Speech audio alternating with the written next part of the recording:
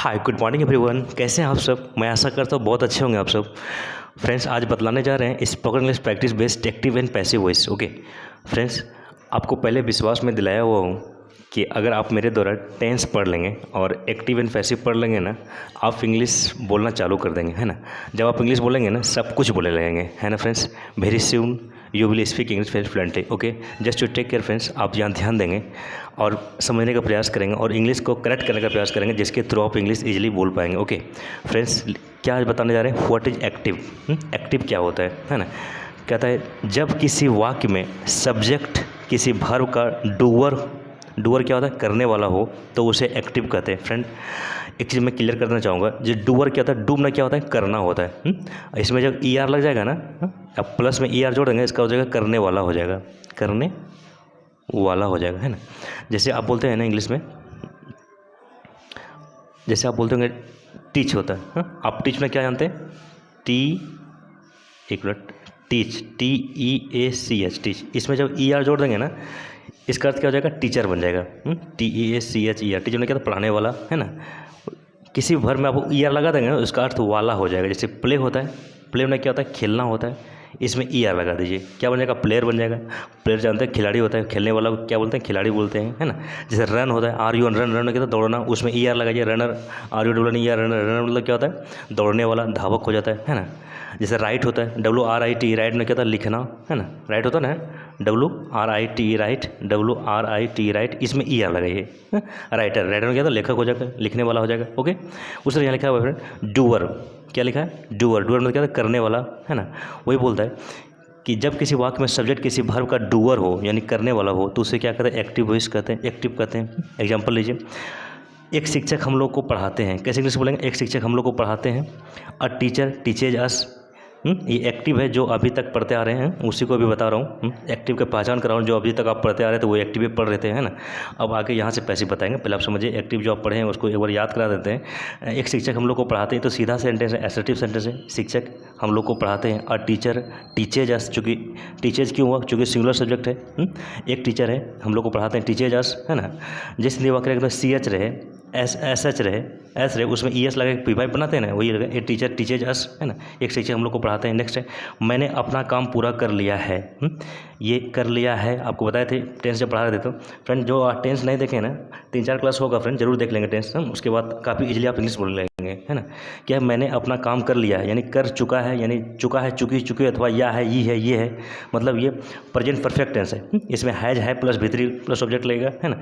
ये क्या है? मैंने अपना काम पूरा कर लिया है। कैसे बोलेंगे? आई हैव कंप्लीटेड, मैं पूरा कर लिया है। माई टास्क, अपना काम, या माई वर्क, अपना काम। आई का अपना का माई होता है, ही का अपना का हीज होता है, सी का अपना का हर होता है, आपको पहले बताए हुए हैं, फिर आपसे बता रहे हैं। यू का अपना का योर होता है, जैसे आप अपना काम करते हो, कैसे बोलेंगे? यू डू योर वर्क, आप अपना काम करते हो। क्या है? मैंने अपना काम कर लिया, I have completed my task, या I have completed my work. Okay, मेरी माँ हम लोगों के लिए प्रतिदिन खाना पकाती है। इस इंग्लिश कैसे बोलेंगे? मेरी माँ हम लोगों के लिए प्रतिदिन खाना पकाती है। माई मदर कुक्स, ये सिंपल प्रेजेंट है, ता है, ती है, ते है। उसको क्या होता है? सब्जेक्ट प्लस V1 या V5 plus subject. Single subject रहेगा V5 लगेंगे, प्लूरल सब्जेक्ट रहेगा तो V1 करेंगे। माई मदर कुक्स फूड, मेरी माँ भोजन पकाती है। एवरी डे, प्रतिदिन। फॉर अस, हम लोगों के लिए, है ना। नेक्स्ट पॉइंट, मैं एक पत्र लिख रहा हूँ, कैसे बोलेंगे? आई एम राइटिंग, ये तो कंटिन्यूस टेंस है। मैं लिख रहा हूँ, आई एम राइटिंग, क्या लिख रहा हूँ भैया? ए लेटर, एक पत्र लिख रहा हूँ, I am writing a letter, ये ऑब्जेक्ट हो गया, ए लेटर, है ना। अब पैसिव समझिए, पैसिव होता क्या है? पैसिव क्या होता है? What is passive? पैसिव वो होता है जब किसी वाक्य में क्रिया का प्रभाव सब्जेक्ट पर दिखाया जाए। किसका प्रभाव? क्रिया का प्रभाव सब्जेक्ट पर दिखाया जाए, तो इसे पैसिव कहते हैं। क्रिया का प्रभाव कहाँ दिखाता हो? सब्जेक्ट पर। जैसे मोहन पार्टी में आमंत्रित किया जाता है। आमंत्रित किया जाता है किसको? मोहन को। तो कैसे बोलेंगे? Mohan is invited. फ्रेंड ध्यान देंगे, ये पैसिव जो बनता है ना, ये भीतरी से ही बनता है। आप कोई भी पैसिव बनाइए, उसमें भीतरी आपको लगाना ही पड़ेगा। इसका निर्माण ही भीतरी से हुआ है। मतलब क्रिया का तीसरा फॉर्म। जब आप तीसरा फॉर्म नहीं देंगे ना तो सेंटेंस पूरा ही नहीं रहेगा, मतलब वो पैसिव कहलाएगा ही नहीं, है ना। इसलिए आपको हमेशा भी3 लगाना ही पड़ेगा, चाहे कोई भी पैसिव सेंटेंस बनाए आप, पैसिव आपको बोलना ही पड़ेगा, भी3 आप बोलना ही पड़ेगा आपको, है ना। जैसे क्या मोहन पार्टी में आमंत्रित किया जाता है, मोहन इज इन्वाइटेड, ये भी इन्वाइट भी1 होता है ना, भी2 इन्वाइटेड, भी3 इन्वाइटेड होता है, भी4 इन्वाइटिंग, भी5 इन्वाइट्स हो जाएगा, है ना। Mohan is invited, Mohan invited किया जाता है टू द पार्टी, कहाँ पार्टी में, है ना। जैसे बोलेंगे आपकी स्वागत की जाती है, you are welcomed, welcomed ED कर दिए, you are welcome to the Bhagalpur station, है ना, ऐसे बोलेंगे। You are welcome to Bhagalpur station ऐसे बोलेंगे, भागलपुर स्टेशन आपकी स्वागत करती है, कैसे बोलेंगे, वो पैसिव बोला जाता है, भागलपुर आपकी स्वागत की जाती है, भागलपुर स्टेशन में आपकी स्वागत की जाती है, यू आर वेलकम्ड, है ना, आपकी स्वागत की जाती है ना, ऐसे बोलते हैं। नेक्स्ट अपन, रोज़ क्लास होता है, क्या लिखा है, रोज़ क्लास होता है, क्या होता है, क्लास होता है, सब्जेक्ट पे भर दिया जा रहा है ना क्रिया के द्वारा।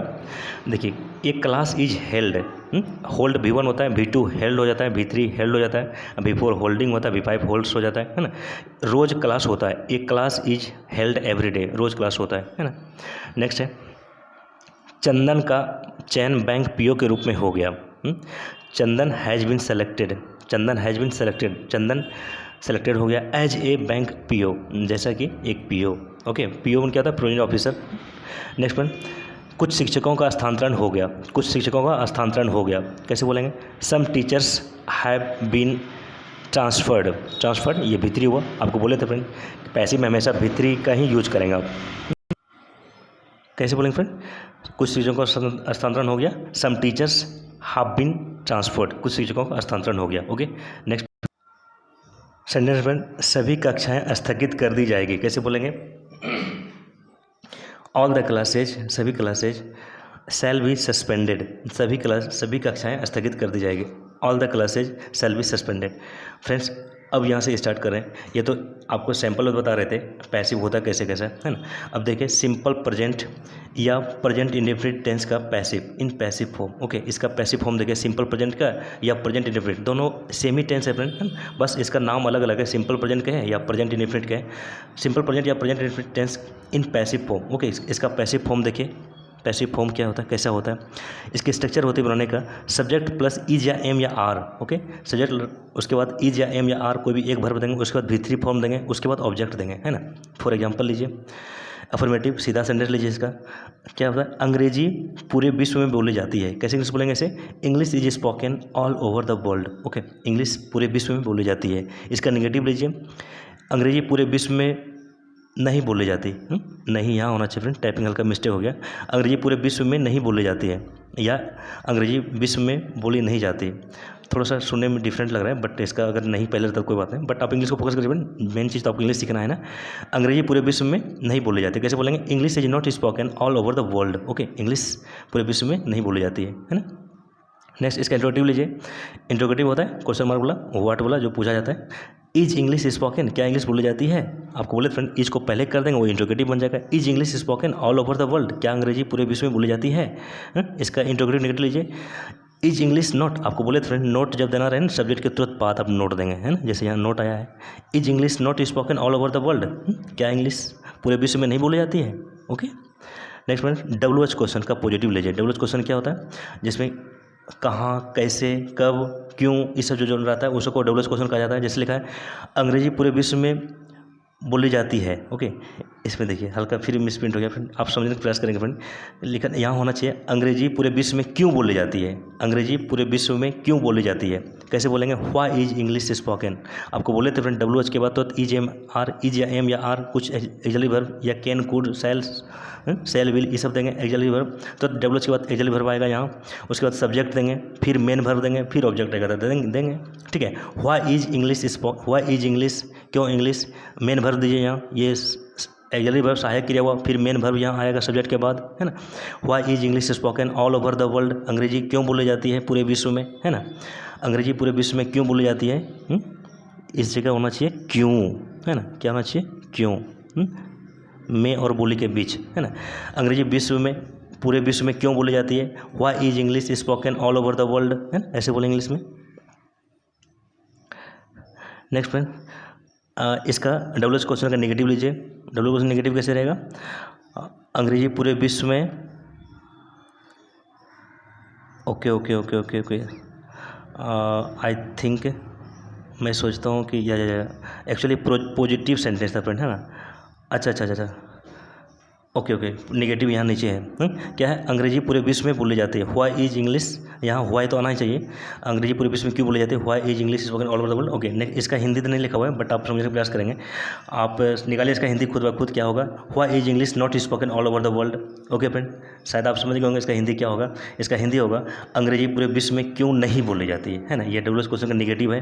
व्हाई इज इंग्लिश नोट, आपको बोले थे नोट अगर देना रहे तो सब्जेक्ट के तुरंत बाद देंगे नोट। अगर एक साथ देना होगा इजेंट करना पड़ेगा, इज और नोट एक साथ ज्वाइन करना पड़ेगा, इजेंट लिखना पड़ेगा आपको, इज एन अपोस्ट्रोफी टी लिख देना पड़ेगा, isn't. Okay, why isn't English spoken all over the world, या why is English not spoken all over the world. Okay, next part friend, प्रतिदिन हजारों चिट्ठियाँ भेजी जाती है, कैसे इंग्लिश बोलेंगे, प्रतिदिन हजारों चिट्ठी भेजी जाती है। पहले सब्जेक्ट खोजिए, हजारों चिट्ठी, सब्जेक्ट इसका क्या है, हजारों चिट्ठियाँ, कैसे बोलेंगे, thousands of letters are mailed, यानी मेल किया जाता है, यानी भेजी जाती है, एवरी डे, प्रतिदिन।